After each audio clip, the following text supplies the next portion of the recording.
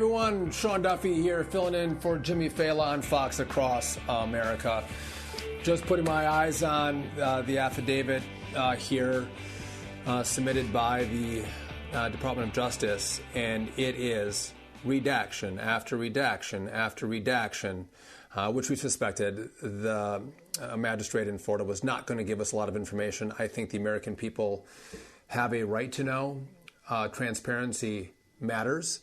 And we don't have that in this release of the document. And as we go through the information that we have here, we're going to go first to Andy Biggs, congressman from Arizona, who is one of the foremost critics of the administration, big on the border, but also big on what's happened here on the raid on Donald Trump's home. Andy Biggs, welcome to Fox Across America. Hey, Sean, good to talk to you. Good to talk to you. So, hey, listen, this just dropped, the affidavit release with the redactions. Do you have an initial take on what you've seen from the release?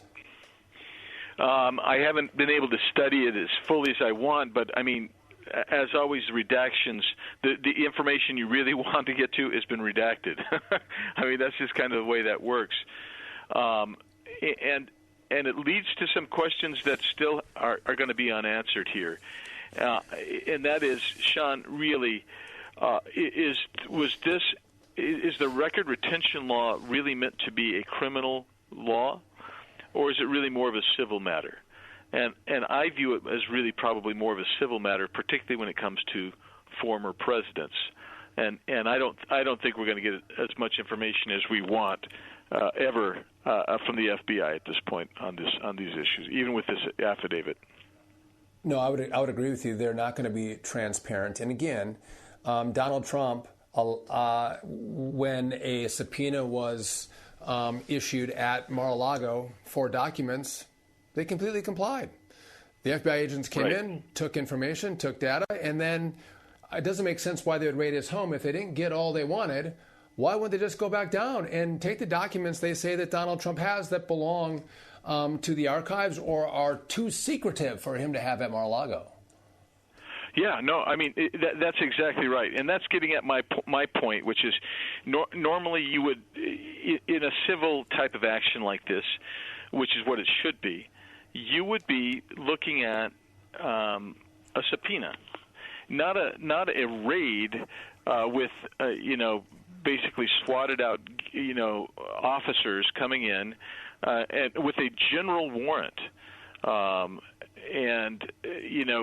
far, everything I've seen indicates that they were talking about NARA, which is really the National Archives Records Act, it's a Retention Act. So they were basically talking about something that was rather, in my opinion, a civil matter, and yet they've elevated it to this criminal event.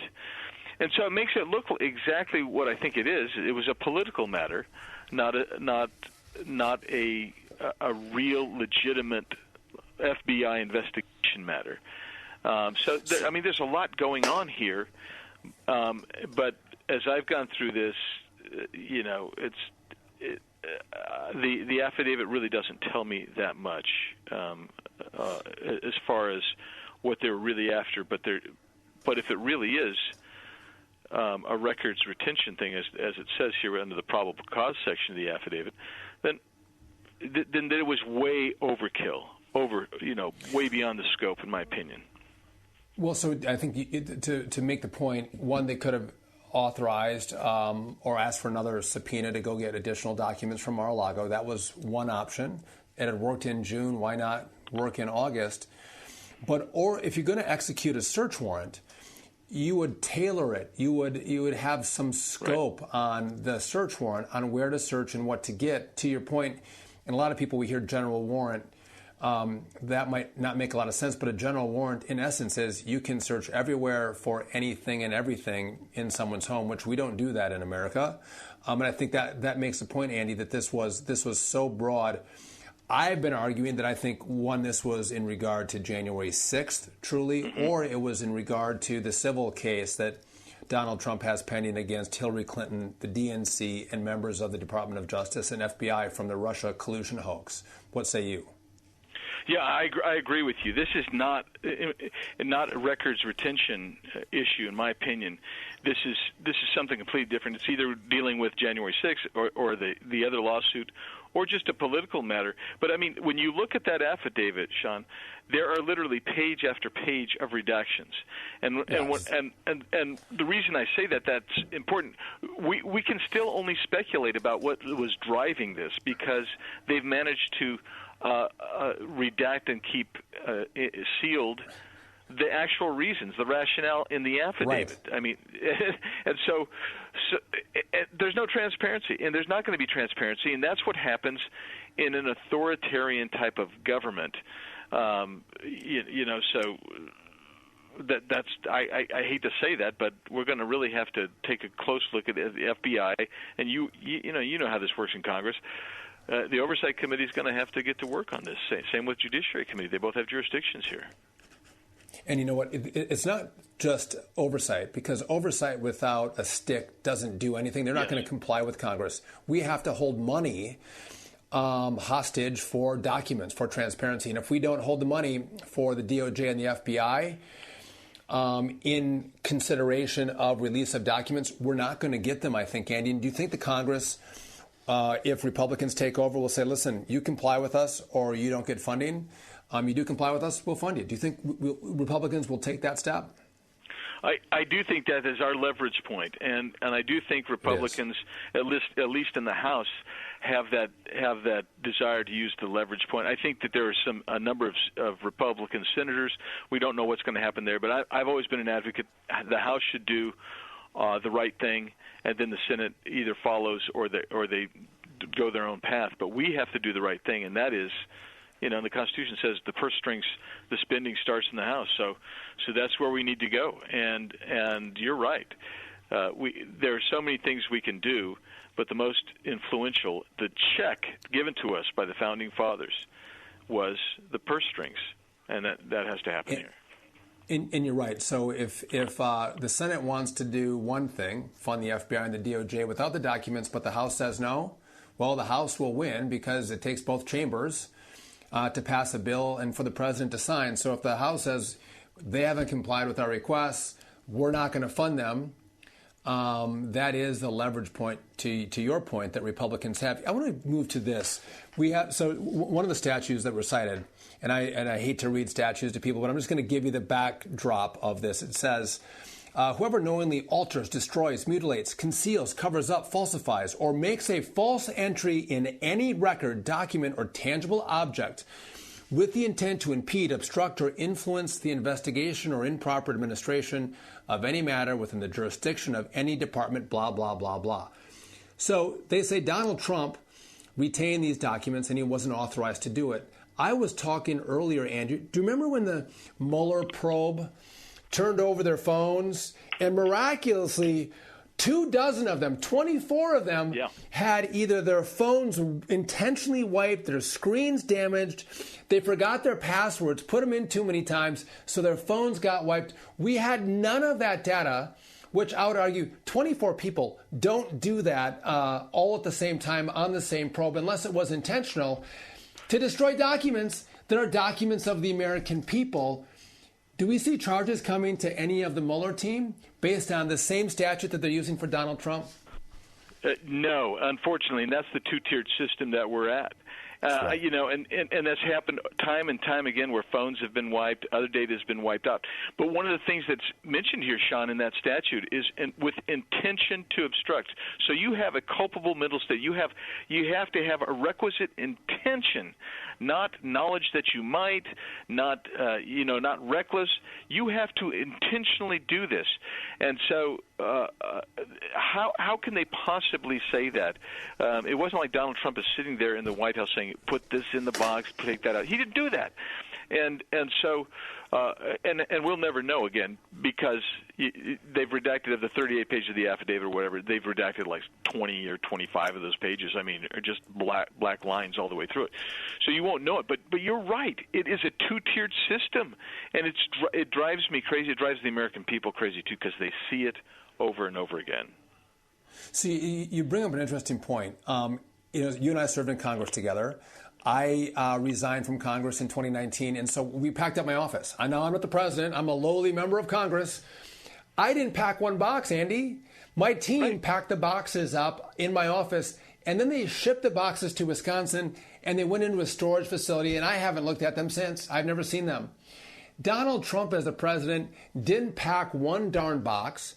And probably once those boxes got to Mar-a-Lago, I'm sure he hasn't gone through any of those boxes. And so, to your point, these are intentional crimes that they're citing for Donald Trump. It would be hard, impossible to show intent when he didn't know what was taken, what was in the boxes. And when asked, he said, they came in and they took what they wanted. I had no objection to them coming in with a subpoena and getting documents out of Mar-a-Lago. There was no problem from me. I don't see where they could find the intent in this crime. I agree with you, and throw this on there too. President Trump had a standing declassification order. So were these documents declassified or not while he was president? Who knows? But it certainly says, how in the world, if you're the prosecutor, how can you make a case of intention? And so, again, this looks like harassment. This looks like political motivation, and it looks like that this is exactly the desire that the left has had since he walked down the golden escalator at Trump Tower. They don't want the guy. He is a disruptor. I mean, Sean, we were in Congress. I mean, he was a disruptor to the uniparty, the swamp, and so the left has really attacked him, and they want to prevent him from getting on the ballot. And I personally believe normally you don't move to a search warrant like this unless you're ready to actually file charges and bring criminal charges against somebody. But I don't see any way in the world that they can lay the mental state of intentionality on Donald Trump based on just the surroundings of what we've seen, and then now this bogus affidavit that's redacted, basically. Andy, when I was a prosecutor for 10 years, and you mentioned the word harassment, and I couldn't agree with you more. This has been the FBI and the DOJ constantly, continuously harassing Donald Trump, again with their leaks, their fake information, their fake investigations. If I was a prosecutor and I did that, what the FBI has done to Donald Trump, as a prosecutor, if I did that to a defendant, and then I came back with this kind of a warrant, when I had a defendant who was cooperating, the judge would have thrown me out of the courtroom. The judge wouldn't stand for this kind of harassment of any kind of defendant. But because it's Donald Trump, because, to your point, he's a disruptor, because he doesn't follow the rules of the swamp, their only motive here is to take him down, make sure he is unelectable, and do all they can to try to put him behind bars. Agreed. I mean, they want that image.